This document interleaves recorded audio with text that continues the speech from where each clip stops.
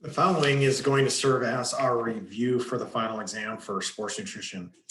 I do want to go through the exam format first to make sure we're on the same page as far as how the exam will be laid out and how you need to adjust your preparations to prepare for this different format. So the exam is broken into two sections. The first section consists of 4 separate blocks of matching.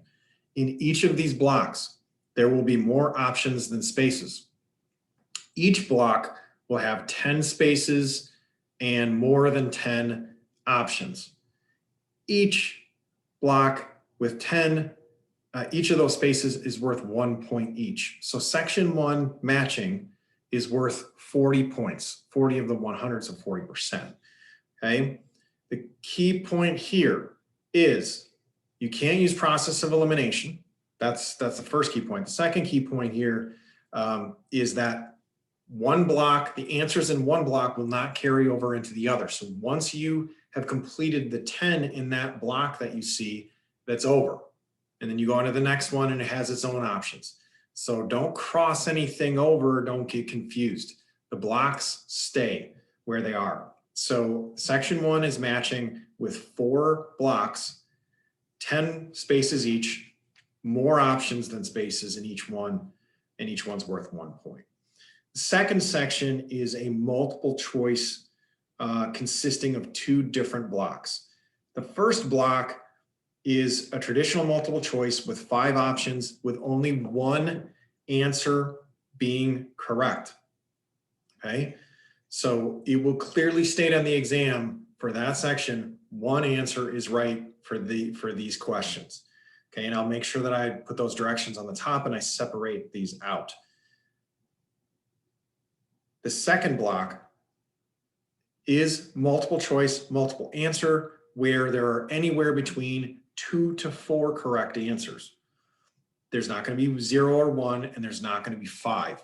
These are worth 2 points each, so you can get partial credit on these answers. Actually, even block 1 and block 2, block 1 being the one with 1 answer, those are also worth 2 points. So I've made this fairly straightforward. The section 2 of multiple choice is 60% of the final. Okay, so there's 2 blocks. Block 1 is 1 answer. Block 2 is 2 to 4 correct answers with partial credit available. Okay, so that's the format. Send me any questions if you have any issues, concerns, anything like that about the format. When it comes to the final exam review document, I've really narrowed this down to a few main concepts. And really, again, with this different format of matching and multiple choice, your preparations need to shift a bit compared to the first 3 exams. When we look at topics like, for example, the top bullet point, macronutrients versus micronutrients. What is a macronutrient? What is a micronutrient? How are they similar? How are they different? Okay.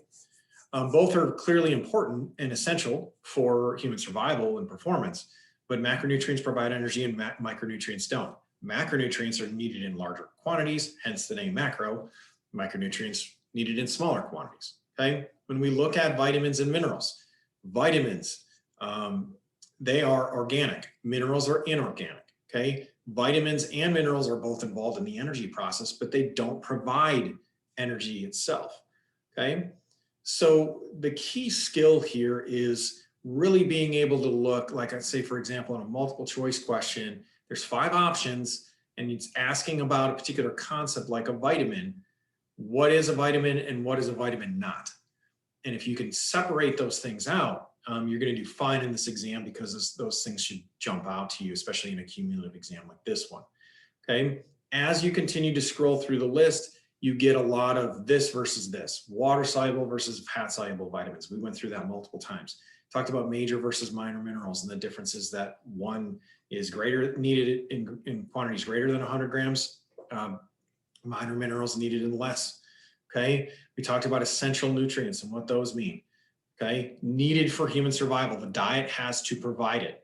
Okay. We cannot survive without it. Omega-3s, omega-6s, okay. Protein. Those are essential nutrients. Okay.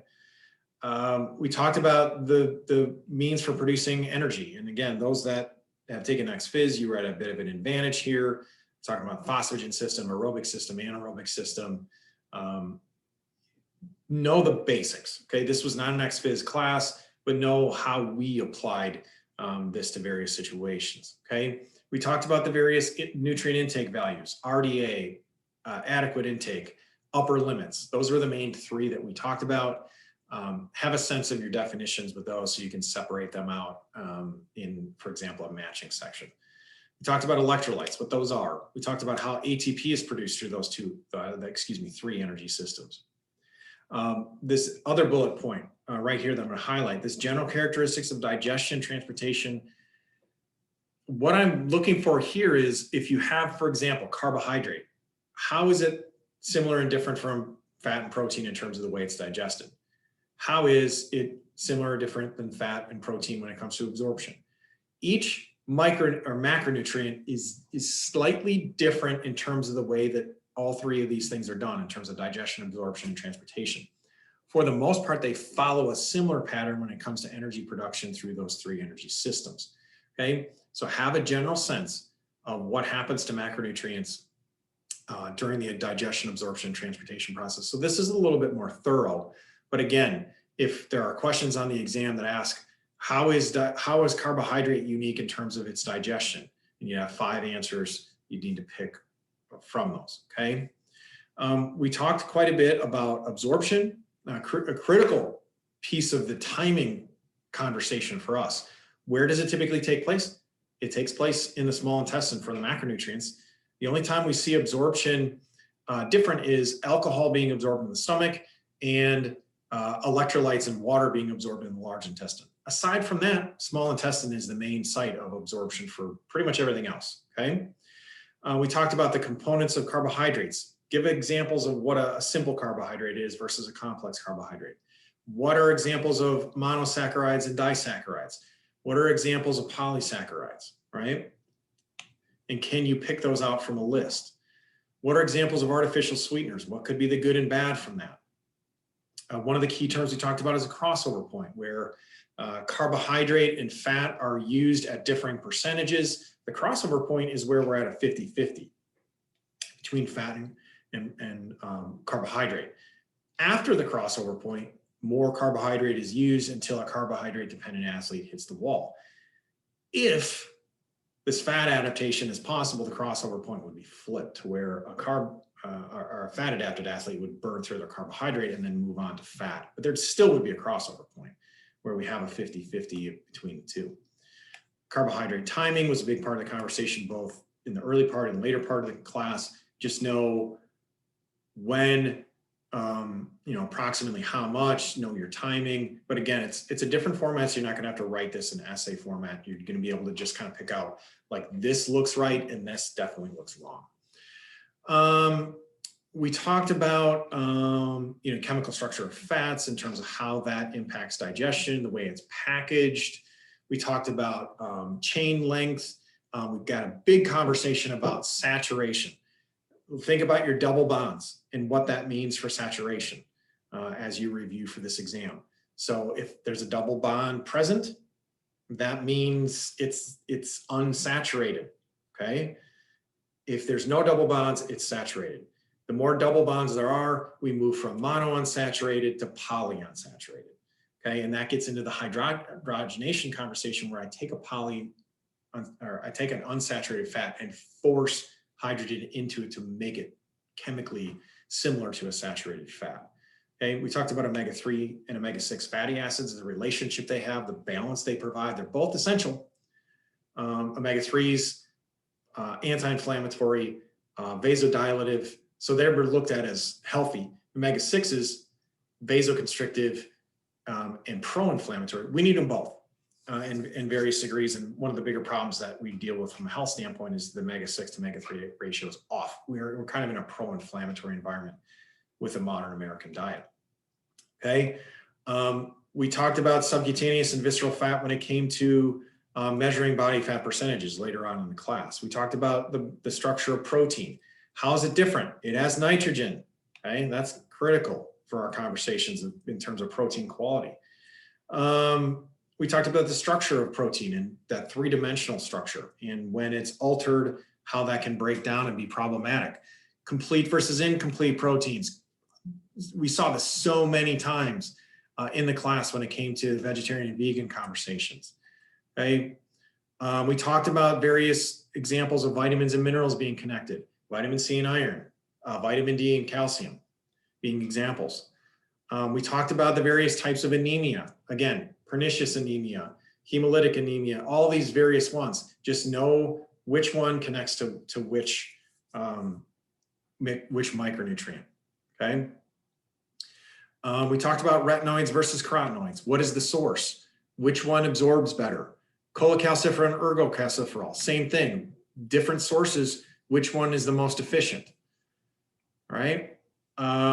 We talked about which vitamins and minerals, what function they play. Again, like the B vitamins, for example, huge in terms of energy production. Vitamin D, huge in terms of the immune system function. We also need to have the conversation about which ones are the most toxic. Those would be the fat-soluble vitamins, okay?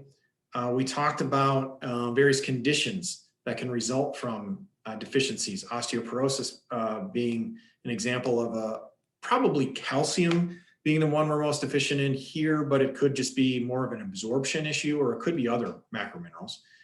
We talked about heme versus non-heme iron. You know, again, which one is the most efficient? Which one's the least efficient? What are the sources? We talked about why athletes have a higher percentage of water because they have more muscle, right? Where there was a little bit of a conversation, again, this skewed more toward athletic training, but we did have a little bit of a conversation about the influences of temperature, humidity, and altitude. This isn't just hot and humid. We talked about the issues with cold and dry and how that can create hydration issues. We talked about two important concepts, hyponatremia and cardiac drift. Hyponatremia being consistent hydration in a long distance event with only rehydration with water. We talked about cardiac drift, where heart rate increases while blood volume decreases, and we have no change in intensity. And so you have an athlete running, for example, same pace, same speed for minutes, if not hours at a time, and their heart rate consistently goes up. Why? Because blood volume dropped, but nutrients are still needed, so the heart rate increased to adjust for that, despite the fact that intensity didn't increase. Okay, we went through all our various doping agencies, or excuse me, doping agents, have a general sense of what these are, be able to differentiate one from another, and I have the 5 examples here. Why do athletes inadvertently dope? Because they're taking a substance that doesn't have an accurate ingredients list, and it's tainted, okay? Where do athletes get their nutrition information? This is my dissertation, so they're getting it from strength and conditioning coaches and athletic trainers, even when they have a dietitian on hand, okay? Body composition measurements. Again, most of you've had this in other classes. So we went through DEXA, which is your gold standard. We went through BIA, or bioelectrical impedance. We went through underwater weighing, each of which has a benefit and drawback, where, you know, some are really expensive, but very accurate. Some are less expensive, but not very accurate, okay? Talked a little bit about carb loading in multiple spots in the class. What could be good and bad from this? Okay, why do people carb load? Does it work? Is it more psychological benefit? Benefits could be that you get a longer length of time before you hit the wall. The drawbacks are it could limit range of motion. It might not work, right? We talked about diabetics a lot toward the end of the class. Type 1 versus type 2, critical to understand the difference between that. Those that have taken special POPs, you're at an advantage here. We did also talk about normal glucose ranges. So I think we talked about like a 70 to 110 milligrams per deciliter. That's a normal range for safe competition. It can go higher or lower than that, certainly for an individual, but that's kind of the range we would want to stay in, especially for a diabetic. And then we also talked about the various types of vegetarianism, pesco-vegetarianism, lacto-vegetarianism, ovo, and veganism, and everything in between, okay? So that is an overview at about 100 miles an hour here. So feel free to pause, slow down, speed up, do whatever you need to do. But that is a very quick overview of the exam. both in terms of content and in terms of format. So let me know if you have any questions.